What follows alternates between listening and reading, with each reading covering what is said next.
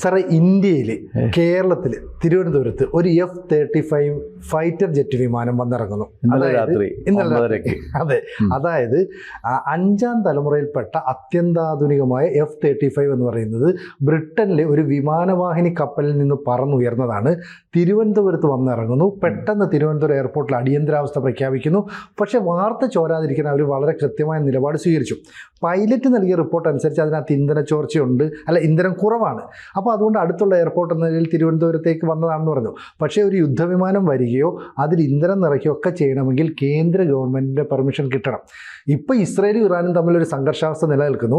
Iran പറയുന്നു ഞങ്ങൾ ഇസ്രായേലിൻ്റെ ഒരു F-35 വിമാനത്തെ അടിച്ചിട്ടിട്ടുണ്ടെന്ന്. അപ്പോൾ അങ്ങനെ വഴിതിരിഞ്ഞു പോയ F-35 ആണോ ഈ വന്നിറങ്ങിയത്? ഭയങ്കര സംശയങ്ങളൊക്കെയാണ്. സാർ എന്ത് തോന്നുന്നു? അല്ല, ഇതിനകത്തൊരു കാര്യമുള്ളത്, ഇപ്പോഴത്തെ ഒരു സാഹചര്യമാണ് ഇതിനെ കൂടുതൽ സംശയത്തിലേക്ക് എത്തിക്കുന്നത്. കാരണം ഇത് അമേരിക്കയുടെ യുദ്ധ കപ്പൽ, ബ്രിട്ടന്റെ വിമാനവാഹിനി കപ്പലിനായിരിക്കും. അതെ, അല്ല, അമേരിക്കയുടെ യുദ്ധക്കപ്പൽ അങ്ങോട്ട് നീങ്ങിക്കൊണ്ടിരിക്കുന്നു. അതെ, 3-4 കപ്പൽ ഇപ്പോൾ അറേബ്യൻ സീയിലേക്ക് വന്നുകൊണ്ടിരിക്കുകയാണ്. വിശേഷിച്ചും ഇറാൻ ഇതുള്ളതിൻ്റെ പേരിൽ ഇതിനകത്ത്. കാരണം ഇറാൻ ഇസ്രയേലി യുദ്ധത്തെക്കുറിച്ച് അമേരിക്ക പറഞ്ഞത് തന്നെ അവർക്കത് കിട്ടണം, ഞങ്ങൾ പറഞ്ഞത് അവർ കേട്ടില്ല എന്നാണ്. അതെ. അപ്പോൾ ഇത് ഇപ്പോഴത്തെ ഖമനി പറഞ്ഞ എന്താണെന്ന് വെച്ചാൽ ഞങ്ങൾ നരകത്തിൻ്റെ വാതിൽ തുറക്കും എന്നാണ്. നെതന്യാഹു പറഞ്ഞത് എന്താണെന്ന് വെച്ച് കഴിഞ്ഞാൽ ഞങ്ങൾ അവരുടെ ആണവ ഹൃദയം തകർക്കും എന്നാണ്. അപ്പോൾ ഇത് മൂന്നും വളരെ നെഗറ്റീവായ വാർത്തകളാണ്, വളരെ നെഗറ്റീവാണ്. ഒരു യുദ്ധം വ്യാപിക്കാവുന്നൊരു സാഹചര്യം നിലനിൽക്കുന്നുണ്ട്. അപ്പോൾ അത്തരമൊരു സന്ദർഭത്തിൽ സ്വാഭാവികമായിട്ടും അങ്ങനെ ഒരു യുദ്ധം വരണമെന്നുണ്ടെങ്കിൽ അമേരിക്കയ്ക്ക് വിരുദ്ധമായ ഒരു നയം ബ്രിട്ടൻ സ്വീകരിക്കുമെന്ന് കരുതാൻ ഇപ്പോഴത്തെ സാഹചര്യത്തിൽ സാധ്യമല്ല. അവരെല്ലാം നാറ്റോ സഖ്യകക്ഷികളാണ്. നാറ്റോ സഖ്യകക്ഷികളെല്ലാം ഒരുമിച്ചല്ലേ നിൽക്കുള്ളൂ, അത്രേ ഉള്ളൂ, അവരൊരുമിച്ചേ നിൽക്കുള്ളൂ. അപ്പോൾ അങ്ങനെ വരുന്ന ഒരു സാഹചര്യത്തിൽ ഇങ്ങനെ ഒരു യുദ്ധവിമാനം, അതും ഇതിനകത്ത് പറയുന്ന കാര്യം എന്ന് വെച്ചാൽ ഒരു എയർക്രാഫ്റ്റ് കാരിയറിൽ നിന്ന് ഇത് പറന്നുയർന്നു കഴിഞ്ഞിട്ട് അതിനെ ആ എയർക്രാഫ്റ്റ് കാരിയറിൽ അതിന് ഇറങ്ങാൻ പറ്റിയില്ല. കാലാവസ്ഥ പ്രതികൂലമായിരുന്നു. 3 തവണ അറ്റംപ്റ്റ് നടത്തിയിട്ട് ഇറങ്ങാൻ കഴിയില്ല, പരാജയപ്പെട്ടു. പിന്നെ ആകെ ചെയ്യാവുന്നൊരു കാര്യം എന്ന് വെച്ചാൽ എമർജൻസി ലാൻഡിംഗ് ആണ്. ആ എമർജൻസി ലാൻഡിങ് ഏറ്റവും നിയർ ബൈ ആയിട്ടുള്ള എയർപോർട്ടിൽ നടത്തണം. അത് ശംഖുമുഖം എയർപോർട്ടിൽ ഞങ്ങൾ വന്ന് ലാൻഡ് ചെയ്തു എന്നാണ് പറയുന്നത്. തീർച്ചയായിട്ടും എയർപോർട്ട് അതോറിറ്റികളെ സംബന്ധിച്ചിടത്തോളം ഇത്തരം ഒരു സന്ദർഭത്തിൽ അഭയം തേടി വരുന്ന ഒരു എയർക്രാഫ്റ്റിന് ഇറങ്ങാനുള്ള സൗകര്യം ചെയ്തു കൊടുക്കുക എന്ന് പറഞ്ഞൊരു മിനിമം മര്യാദയുടെ ഭാഗമാണ്. എഗ്രിമെൻ്റ് ഉണ്ട്, ഇത് എല്ലായിടത്തും ചെയ്യുന്നതാണത്. അപ്പോൾ അവരങ്ങനെ വന്നതാണ്. പക്ഷെ വന്നതൊരു യുദ്ധവിമാനമാണ് എന്നുള്ളതാണ് ഇതിലേറ്റവും സവിശേഷമായ കാര്യം. ഒരു പാസഞ്ചർ ഫ്ലൈറ്റ് അല്ലല്ലോ സാറേ. യുദ്ധവിമാനം എന്ന് പറയുന്നത് ലോക്ഹീഡ് മാർട്ടിൻ നിർമ്മിച്ച 5ാം തലമുറയിൽപ്പെട്ട യുദ്ധവിമാനങ്ങളാണ് ഓരോ രാജ്യത്തിൻ്റെ ശക്തി എന്ന് പറയുന്നത്. ഇപ്പോൾ ഇസ്രായേലിനെ സംബന്ധിച്ച് F-16, F-15, പിന്നെ F-35 ഇത് 3 അമേരിക്ക നൽകുന്നതാണ്. അപ്പോൾ അമേരിക്ക നിർമ്മിച്ച് നൽകുന്ന ഏറ്റവും അത്യന്താധുനികമായ ഒരു 5ാം തലമുറ യുദ്ധവിമാനം ബ്രിട്ടൻ്റെ ഒരു വിമാനവാഹിനി കപ്പലിൽ നിന്ന് പറന്നുയർന്നു എന്നാണ് പറയുന്നത്. ഇതിൽ ഇറാൻ നേരത്തെ വാർണിംഗ് നൽകിയിരിക്കുന്നു. ഏതെങ്കിലും കാരണവശാൽ ഇസ്രായേൽ ഞങ്ങളെ ആക്രമിച്ചാൽ അമേരിക്കയുടെയും ബ്രിട്ടൻ്റെയും ഫ്രാൻസിൻ്റെയും സൈനിക താവളങ്ങളെയും കപ്പലുകളെയും ആക്രമിക്കാം. അങ്ങനെയാണെങ്കിൽ അമേരിക്കയുടെ കപ്പലുകൾ ഈ ഗൾഫ് മേഖലയിലേക്ക് നീങ്ങുന്നു, ബ്രിട്ടൻ്റെ ഒരു കപ്പലിൽ നിന്നൊരു വിമാനം പറന്നു പൊങ്ങി എന്ന് പറയുന്നു. ഇതെല്ലാം കൂടെ കൂട്ടി വായിക്കുമ്പോൾ അതെ, ബ്രിട്ടൻ്റെ ഒരു വിമാനം ഇപ്പോൾ എന്തിനു പറന്നു പൊങ്ങിയെന്നൊരു ചോദ്യം കൂടി ഉണ്ട്. F-35 വിമാനമല്ലേ? അതെ, യുദ്ധ സമാനമായ സാഹചര്യത്തിൽ മാത്രം അതിൻ്റെ ആവശ്യമുള്ളൂ. അല്ല, അപ്പോൾ അത് എന്തിനത് പറന്നു പൊങ്ങി എന്നുള്ളതാണ് അതിൻ്റെ ഏറ്റവും പ്രധാനപ്പെട്ട പ്രശ്നം. ഇപ്പം ഇന്ത്യ ഗവൺമെൻറ്റിൻ്റെ പെർമിഷൻ കിട്ടിയാൽ മാത്രമേ നമുക്ക് ഇവിടുന്ന് ഇന്ധനം നിറയ്ക്കാൻ പറ്റൂ. അല്ല, അതൊക്കെ കൊടുക്കും. അല്ല, അപ്പോൾ അതുകൊണ്ട് തന്നെ അവർ കാര്യം പറയണം എന്തിനാ പറന്നു പൊങ്ങി. അപ്പോൾ അവർ പറയുന്നത് ഞങ്ങൾ 2 ദിവസമായിട്ട് സൈനിക അഭ്യാസ പരിപാടികളൊക്കെ ഈ പറയുന്ന കപ്പലിൽ നിന്ന് പറന്നുയർന്ന് നടത്തിക്കൊണ്ടിരിക്കുകയായിരുന്നു. പക്ഷേ എമിഗ്രേഷൻ ക്ലിയറൻസോ മറ്റോ ഇല്ലാത്തതുകൊണ്ട് ഒരുപക്ഷെ പൈലറ്റിന് പോലും പുറത്തിറങ്ങാൻ പറ്റുന്നില്ല. കാരണം തിരുവനന്തപുരത്തെ ഇന്റർനാഷണൽ എയർപോർട്ട് എന്ന് പറയുന്നത് പാസഞ്ചർ വിമാനങ്ങൾ വന്നിറങ്ങുന്ന യുദ്ധവിമാനങ്ങൾക്ക് ഇറങ്ങാൻ പറ്റിയ എയർപോർട്ടല്ല. പക്ഷേ അടിയന്തര സാഹചര്യം ആയതുകൊണ്ട് തന്നെ അത് ഏത് എയർപോർട്ടായാലും അടിയന്തര സാഹചര്യത്തിൽ പെർമിറ്റ് ചെയ്തേ പറ്റൂ. അതിന് വേറെ ഇൻഫ്രാസ്ട്രക്ചർ ഫെസിലിറ്റീസ് ഉണ്ടെങ്കിൽ പെർമിറ്റ് ചെയ്തേ പറ്റൂ. ഇനിയിപ്പോൾ ഇന്ധനം അടിച്ചു പോകാനുള്ള പെർമിഷനൊക്കെ ഗവൺമെൻറ് കൊടുത്തു കാണുമെന്നാണ് ഞാൻ കരുതുന്നത്. അപ്പോൾ രാത്രിയിൽ 9:30 കൂടി വന്ന് F-35 ഇറങ്ങുന്നു, പെട്ടെന്ന് എമർജൻസി സിറ്റുവേഷൻ അവിടെ ക്രിയേറ്റ് ചെയ്യപ്പെടുന്നു. പിന്നീട് അവിടുത്തെ സുരക്ഷാ ഉദ്യോഗസ്ഥരുടെയൊക്കെ ഒരു കാവലിലായിരുന്നു F-35 വിമാനം. അല്ല, അങ്ങനെയല്ലേ വെക്കാൻ പറ്റുള്ളൂ. ഇത് എന്തിനാ വന്നേക്കണേന്ന് അറിയില്ലല്ലോ ഇവർക്ക് പുറത്തിറങ്ങാനും പറ്റില്ലല്ലോ. അതെ, ഇവർ ഫ്ലൈറ്റിനകത്ത് തന്നെ ഇരിക്കേണ്ടി വരും. അതെ, ഇപ്പം പുറത്തു വരുന്ന വിവരമനുസരിച്ച് ഒരു പൈലറ്റ് മാത്രമേ ഉണ്ടായിരുന്നുള്ളൂ. അപ്പോൾ F-35 ബ്രിട്ടൻ്റെ ആയതുകൊണ്ട് തന്നെ ഇതിനകത്ത് ബ്രിട്ടൻ നേരിട്ടൊരു യുദ്ധമുഖത്തൊന്നും ഇല്ല. മാത്രമല്ല ഇറാനാണ് ആക്രമിച്ചാൽ തിരിച്ചടിക്കുമെന്ന് പറയുന്നത്. പക്ഷേ എന്നാൽ പോലും ഫ്രാൻസും ഇറാനും അമേരിക്കയൊക്കെ ഒരു സഖ്യമായിട്ട് നിൽക്കും. അല്ല, നാറ്റോ കക്ഷികളല്ലേ, നാറ്റോ കക്ഷികളെല്ലാം ഒരുമിച്ച് നിൽക്കുള്ളൂ. അതിലൊരു തർക്കവും വേണ്ട. അതാണ് ഇവിടുത്തെ സംശയം. കാരണം നാറ്റോ കക്ഷികൾ ഒരുമിച്ച് നിൽക്കേണ്ടി വരും. 5ാം തലമുറയിൽപ്പെട്ട F-35 യുദ്ധവിമാനങ്ങൾ. പിന്നെ ഇതിനകത്തൊക്കെ വേറൊന്നും കൂടിയുണ്ട്.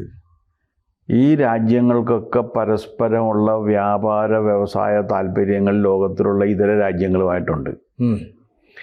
അപ്പോൾ ഇപ്പോൾ എല്ലാത്തിനെയും നിയന്ത്രിക്കുന്നൊരു നിയാമക ശക്തി കാശായതുകൊണ്ട് വ്യാപാര വ്യവസായ താല്പര്യങ്ങളെ ലംഘിക്കുന്ന വിധത്തിലുള്ളൊരു തീരുമാനം എടുക്കാൻ സാധ്യത വളരെ കുറവാണ്. കാരണം ഇതിനകത്ത് എല്ലാവർക്കും ഉണ്ടല്ലോ. അതെ, ഇപ്പോൾ അമേരിക്കയ്ക്കുണ്ട്, റഷ്യക്കുണ്ട്, നമുക്കുണ്ട്, ഇന്ത്യക്കുണ്ട്. എല്ലാ രാജ്യങ്ങൾക്കും അവരുടെ വ്യാപാര വ്യവസായ താല്പര്യങ്ങളുണ്ട്. എല്ലാവരും നോക്കുന്ന ഏത് രാജ്യവുമായിട്ടാണ് നമുക്ക് ഏറ്റവും ലാഭകരമായിട്ട് കച്ചവടം ചെയ്യാൻ കഴിയുന്നതെന്ന് എല്ലാ രാജ്യങ്ങളും നോക്കുന്നുണ്ട്. അങ്ങനെ തന്നെ നോക്കാനും പാടുള്ളൂ. നമ്മുടെ ജയശങ്കർ പറഞ്ഞത് വളരെ കറക്റ്റാണ്. കാരണം ഇന്ത്യയുടെ താല്പര്യമാണ് ഞങ്ങൾക്ക് പരമപ്രധാനം. അപ്പോൾ ആ താല്പര്യത്തിന് ഹാനികരമല്ലാത്ത ഏത് തരത്തിലുള്ള കാര്യങ്ങളിലും ഞങ്ങൾ ഏർപ്പെടും. പഴയ രീതിയിൽ ഇപ്പം ഇന്ന ചേരി, ആ ചേരികളുടെയൊക്കെ അർത്ഥം വേണ്ട കുറഞ്ഞു വരെയാണ്. അതെ, കാരണം ഇപ്പോൾ ഒറ്റ ചേരിയുള്ളൂ. ആ ചേരി എന്ന് പറഞ്ഞാൽ കൂടുതൽ കാശ് കിട്ടുന്ന ചേരി ഏതോ ആ ചേരിയിലേക്കാണ് ലോകരാജ്യങ്ങൾ മുഴുവൻ പോകുന്നത്. അമേരിക്കയും അവരുടെ കാശ് നഷ്ടപ്പെടുന്ന ഒരു കാര്യത്തിൽ ഒരു തീരുമാനവും അമേരിക്ക എടുക്കില്ല എന്നുള്ള കാര്യം ഉറപ്പാണ്. കാരണം അമേരിക്കയുടെ ആത്യന്തികമായ ദൈവം പൈസയാണ്. ആ ആത്യന്തിക ദൈവത്തിന് അപ്പുറത്തേക്കുള്ള ദൈവങ്ങൾ ഇനി ഉണ്ടായിട്ട് വേണം. ഇതുവരെ ഉണ്ടായിട്ടില്ല. അപ്പോൾ അതുകൊണ്ട് എല്ലാ രാജ്യങ്ങളും ഈ വ്യാപാര കരാറും അതിൻ്റെ ബന്ധങ്ങളും ഒക്കെ തമ്മിൽ നോക്കിയിട്ടാണ് ഇത് ചെയ്യുക. പിന്നെ യുദ്ധക്കോപ്പുകൾ നിർമ്മിക്കുന്ന രാജ്യങ്ങളുണ്ട്. ആ രാജ്യങ്ങളെ സംബന്ധിച്ചിടത്തോളം ഇതൊരു വിൽപ്പനയുടെ കാലവും കൂടിയാണ്. അതെ, ചാകരക്കാലമാണല്ലേ. ഞാൻ ചോദിക്കട്ടെ, യുദ്ധം കൂടി വെടിക്കോപ്പുകളും ബാക്കി യുദ്ധ കാര്യങ്ങളും ഒക്കെ ഉണ്ടാക്കി വെച്ച് കഴിഞ്ഞാൽ ഇത് ആര് വാങ്ങിക്കും? വെറുതെ ഇരിക്കുന്നവർക്ക് ഇതിൻ്റെ ആവശ്യമില്ലല്ലോ. ഇല്ല. അപ്പോൾ ഇടക്കിടയ്ക്ക് ഏതെങ്കിലും തരത്തിലുള്ളൊരു യുദ്ധം വേണം എന്നുള്ളത് ആയുധ നിർമ്മാതാക്കളുടെ എക്കാലത്തെയും ആശയമാണ്, അവരുടെ ആഗ്രഹമാണ്. അവരതിനുവേണ്ടി പരിശ്രമിക്കും. അപ്പോൾ സാർ, ഇപ്പോൾ ഈ പറയുന്നതനുസരിച്ചാണ് F-35 എന്ന് പറയുന്ന യുദ്ധവിമാനം അമേരിക്ക ഇസ്രായേലിന് കൊടുത്തതോടുകൂടി പശ്ചിമേഷ്യയിൽ അവർക്ക് മാത്രമാണ് ഇത് സ്വന്തമായിട്ടുള്ളത്. പിന്നെ നാറ്റോ രാജ്യം എന്ന നിലയിൽ ഇപ്പോൾ UK കാര്യമുണ്ട്.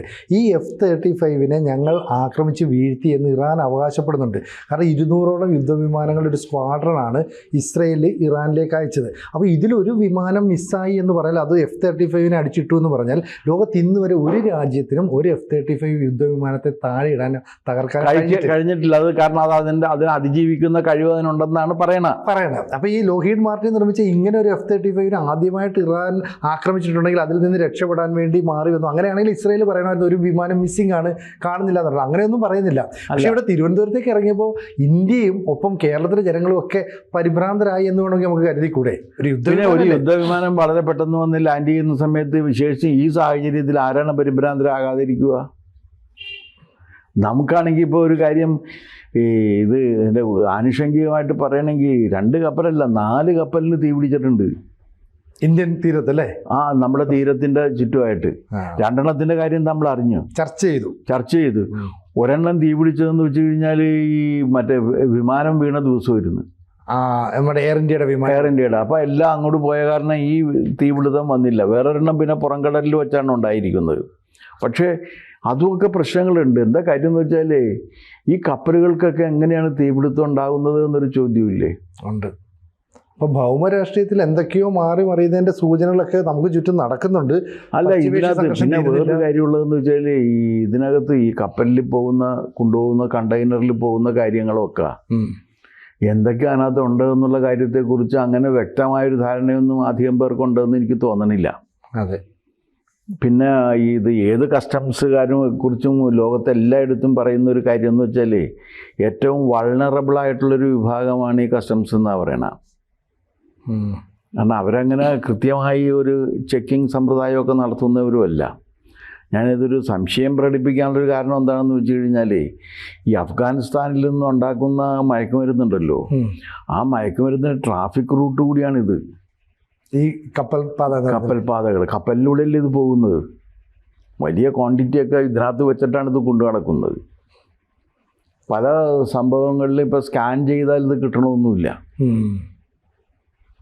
ചുരുക്കം പറഞ്ഞാൽ ഇപ്പൊ ഇറാൻ ഒരു വാണിംഗ് നൽകിയിരിക്കുന്നു. F-35 കേരളത്തിലേക്ക് വന്നിറങ്ങിയിരിക്കുന്നു. ഞങ്ങളൊരു F-35 വിമാനം അടിച്ചിട്ടു എന്ന് പറയുന്ന ക്ലെയിം ഉണ്ടല്ലോ, അതെ, ആ ക്ലെയിം അത്ര ശരിയാകണമെന്നില്ല. കാരണം F-35 അങ്ങനെ അടിച്ചിടാൻ പറ്റില്ല. മിസൈൽ വെച്ച് അടിച്ചാലും അതങ്ങനെ വീഴണമെന്നില്ല. കാരണം സ്പീഡ് ശരിയാകില്ല. അതിന് ഭയങ്കര സ്പീഡിൽ പോകാൻ പറ്റും. ശബ്ദത്തെക്കാൾ വേഗത്തിലൊക്കെ സഞ്ചരിക്കുന്നു. അത് സ്പീഡിൽ പോകാൻ പറ്റും. അപ്പോൾ ഇതിൻ്റെ മിസൈലിൻ്റെ സ്പീഡും അതിൻ്റെ സ്പീഡും തമ്മിൽ നോക്കിക്കഴിഞ്ഞാൽ ഇത് വളരെ പുറകെ നടക്കേണ്ടി വരും. അപ്പോൾ സ്വാഭാവികമായിട്ട് ഈ പൈലറ്റ് പറഞ്ഞാൽ ഒരുപക്ഷെ അഭ്യാസ പ്രകടനത്തിന് ഇറങ്ങിയ ഈ വിമാനവാഹിനി കപ്പലിൽ നിന്ന് പറന്നുയരുന്നു, ഒടുവിൽ അതിനെ തിരിച്ചിറങ്ങാൻ പറ്റാതെ വരുന്നു. അപ്പോൾ ഇന്ധനത്തിന് കുറവ് വന്നപ്പോൾ അടുത്തുള്ള ഈ അഭ്യാസ പ്രകടനം പാതിരാത്രി നടത്തേണ്ടതാണ്. നമുക്കറിയില്ല, പൈലറ്റ് പറയുന്നത് വിശ്വസിക്കാൻ പറ്റുള്ളൂ. എന്തായാലും സംശയങ്ങൾ ദുരൂഹതകളൊക്കെ നിൽക്കട്ടെ. ഇന്ത്യ ഗവൺമെന്റ് എന്ത് തീരുമാനം എടുക്കുന്നോ ആ തീരുമാനത്തിന് അനുസരിച്ച്. അല്ല, ഇതിനകത്ത് ഒരു കാര്യമുള്ളതെന്ന് വെച്ചാൽ ഇന്ത്യ ഗവൺമെന്റ് ഇപ്പോൾ ബ്രിട്ടൻ നമ്മുടെ ഒരു സൗഹൃദ രാജ്യമാണ്. അതെ, നമുക്ക് ഇതുണ്ട്, പിന്നെ വേറെ പ്രശ്നങ്ങളൊന്നും ഇല്ലാത്തതാണ്. അപ്പോൾ അവിടുന്ന് പക്ഷേ എമർജൻസി ലാൻഡിങ് ആർക്കായാലും അനുഭവിച്ചല്ലേ പറ്റൂ. അത്രേ പറ്റുള്ളൂ. അത് അന്താരാഷ്ട്ര ധാരണയാണ്. കാരണം അല്ലെങ്കിൽ അത് മരിച്ചു പോവില്ലേ. അതെ അതെ. അപ്പോൾ എന്നെ SOS അയച്ചു കഴിഞ്ഞാൽ എന്താണ് മേഡേ ഇപ്പം എന്തായാലും F-35 കേരളത്തിലേക്ക് വന്നു. എന്തായാലും കേരളത്തിലെ എയർപോർട്ടിന് അല്ലെങ്കിൽ തിരുവനന്തപുരത്തെ എയർപോർട്ട് അധികൃതർക്കൊക്കെ അതൊന്ന് നേരിട്ട് കാണാനും പറ്റി. വിമാനം ഇറങ്ങാൻ പറ്റാത്ത എയർപോർട്ടിൽ അതൊന്ന് ഇറങ്ങുകയും ചെയ്യും. അല്ല, അത് മാത്രമല്ല, F-35 ഇറാൻ്റെ ആ വാദം ശരിയാണെന്ന് ഞാൻ കരുതുന്നില്ല. കാരണം ഞാൻ മനസ്സിലാക്കിയെടുത്തോളം F-35 അങ്ങനെ പെട്ടെന്ന് മിസൈലൊക്കെ ഉപയോഗിച്ചിട്ട് അതിനേക്കാൾ സ്പീഡ് വേണമല്ലോ. അതെ അതെ. അപ്പോൾ എന്തായാലും ഇതിൻ്റെ പിന്നിൽ എന്താ കാര്യം എന്നുള്ളതൊക്കെ അറിയട്ടെ, നമുക്ക് നോക്കാം അല്ലേ. എന്തായാലും ഇത് വരും ദിവസങ്ങളിൽ മാത്രമേ ഇതിനെക്കുറിച്ച് നമുക്ക് അറിയാൻ പറ്റുള്ളൂ. ഇപ്പോൾ ഉള്ളൊരു കാര്യം എന്ന് വെച്ചാൽ ആകെ കൂടി ഒരു സംശയ അന്തരീക്ഷം നിലനിൽക്കുന്നുണ്ട് എന്നുള്ള കാര്യത്തിൽ ഒരു തർക്കവുമില്ല.